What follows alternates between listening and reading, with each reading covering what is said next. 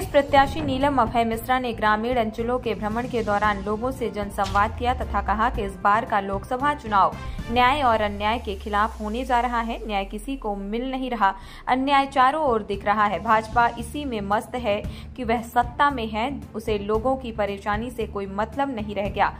उनका उद्देश्य यही है कि हम किसी प्रकार झूठ फरेब कर लोगों को बरगलाते रहें और उनके वोट हासिल कर सत्ता में काबिज रहें।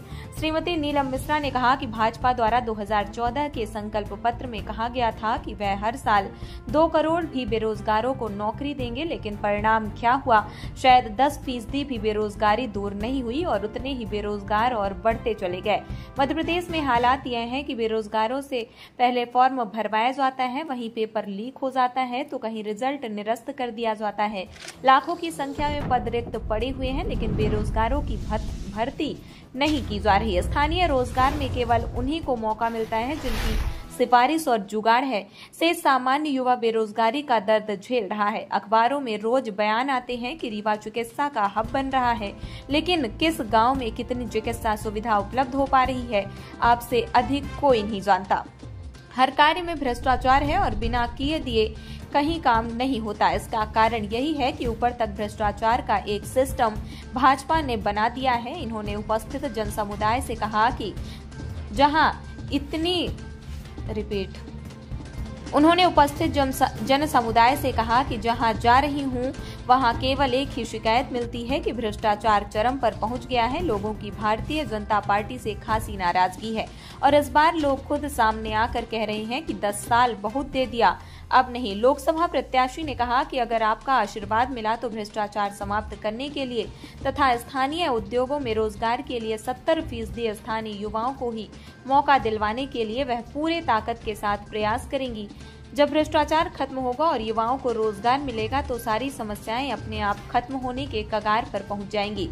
उक्त अवसर पर पूर्व विधायक विद्यावती पटेल, जिला कांग्रेस कमेटी मऊगंज के अध्यक्ष पद्मेश गौतम, महिला कांग्रेस की जिला अध्यक्ष सीमा सिंह समेत काफी संख्या में कार्यकर्ता पदाधिकारी मौजूद रहे। यह जनसंपर्क अभियान पलिया, दुबान, देवतालाब, लौर, धनगन, ढेरा, रकरी, पन्नी, रतनगवा, गनीगवा आदि गांव में हुआ। इसी बीच कई जगह जनसभाएं भी हुई। और फिर उनके अभी कुछ मीडिया वाले गए थे इंटरव्यू लेने, तो उन लोगों ने पूछा कि भाई आप जनता के बीच में कब जाएंगे? तो बोले हमको जनता की जरूरत ही नहीं, हमको मोदी के नाम पे वोट मिल जाता है तो हम जीत जाते। उनका ये कहना। अब आप सोचिए कि उनके अंदर कितना अहंकार भरा हुआ है, किस तरह की बातें करते हैं कि मतलब उनको आपकी जनता जनार्दन की जरूरत भी है, आपके वोट पे ही जीतते हैं। लेकिन उसके बाद भी उनका ये कहना है कि हमको जनता की कोई जरूरत नहीं है, हमको मोदी की लहर में वोट मिल रहा है। और मैं आपसे ये पूछना चाहती हूँ कि मोदी की लहर है क्या? एक्सीडेंट हो जाता, कुछ हो जाता, लोग तत्काल मदद के लिए जाते हैं, लेकिन किसी की मदद कभी सांसद जी के द्वारा हमने तो नहीं सुना। आप लोग भी बता रहे हैं कि कभी कौन मदद मैडम जी करें जब उनको कुछ दिखे नहीं हकीकत। वही मैं पूछ रही हूँ कि देखिए, जैसे सांसद को सांसद निधि मिलती है 5 करोड़ रुपए साल भर में और 50 लाख रुपए सुरक्षा अनुदान मिलता है आपकी जनता की समस्या के लिए। जैसे किसी को कोई बीमारी है तो तत्काल मदद करा दें, किसी की गरीब की बच्ची की शादी है तो मदद करा दें, किसी को यही जो मैं बता रही हूँ कि एक्सीडेंट हो गया है उपचार के लिए भेजना है, या बाहर किसी को गंभीर बीमारी है बाहर भेजना, उसमें डॉक्टर से जो भी पर्चा का वो लगता है उनको ये लेटर देना, इनको अपनी जेब से पैसा नहीं देना। और जो शिक्षा अनुदान आता है वो जनता के लिए आता है। तो उस विषय में मैं आपसे पूछ रही हूँ कि उसमें कितना आप लोग की मदद हुई।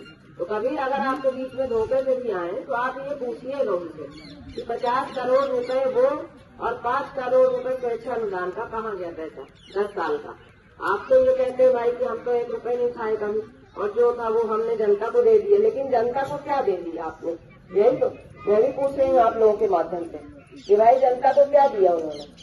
और जो जितनी समस्याएं हैं हमारे ग्रामीण क्षेत्रों में वो वहीं की वहीं खड़ी हैं। आप सब लोग बता दीजिए, आपके भी गांव में यहाँ भी कोई विकास नहीं दिख रहा कि न तो कहीं रोड पक्की दिख रही है, न हैंडपंप दिख रहे, एक आध हैंडपंप है शायद ये चलता हो, और बाकी न तो नल जल योजना में कहीं पानी पहुँच रहा है, न तो युवाओं को कहीं रोजगार की बात हो रही है, नहीं तो महिलाओं की सुरक्षा की बात होती, न बच्चों की शिक्षा की हो रही। पिछली बार हमारी बहनों को ठग के सरकार बना लिए लाडली बहना के नाम पे। अब आप लोग भी बताइए कि आप लोग कितने लोगों का नाम उसमें बचा है, कितने लोगों का कट गया है। आप लोगों को लालच दे के वोट लिया कि भाई हम 3,000 रूपये देंगे, आप सब बहने यहाँ बैठी हैं, 3,000 तो आप लोग बताइए 3,000 मिला किसी को? 1200 में अभी भी सिलेंडर मिल रहा है। 400 के सिलेंडर की बात हुई थी कि 400 में सिलेंडर देंगे, तो क्या किसी को मिल रहा है 400 में?